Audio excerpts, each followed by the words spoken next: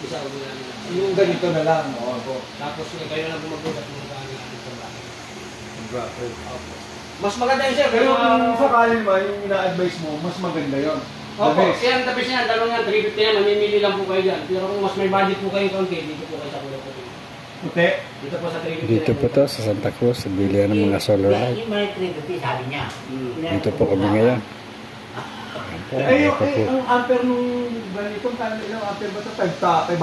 Ano? Watts? Yung nasa atin? 500 watts po. 10 daw pa pala, ito po 60. Ganito po yun. 500 watts. Doon sa, ano, meron ba rito 500? Kung yun ang gamitin namin, 500. Sa JB Star po na ganyan, meron po. Ito po, kagaya po itong pangalawang ito, 500 watts po yan. Yung buhat po dito ay pangalawa, 500 Itong watts. IP65? Opo, 500 watts po yan. Yan? Ito mga paninda nila Tapos ito dito. pong 350 watts, may 500 watts din po siya. Ganyan din ang itsura. Mas marami na siya ng chips lang nagkakata. Dumami yung chips niya, tapos lumaki ang amperahe ba. Kasi lalaki din ang presyo nun. Siyempre po, mataas ang watts. Pero, Magkaiba na po kung presyo. sa kalkula mo, kasi parsada yun. Apo. Yung 350 watts, pwede na yun?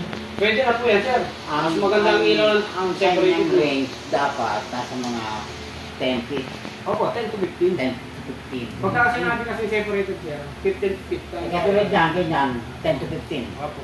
Ito kasi alanganin pa ito sa 15 feet, kaya sabihin natin ba ibang kaya pagdating ng 2 to 3 years, mabakbak na ito. Babaki na yun. Kaya ito paborito ng mga nasa barangay eh. Pagdating ng 2 to 3 years yan, mapalit na naman sila eh.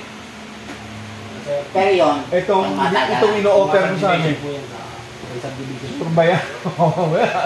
Sure yan, sir.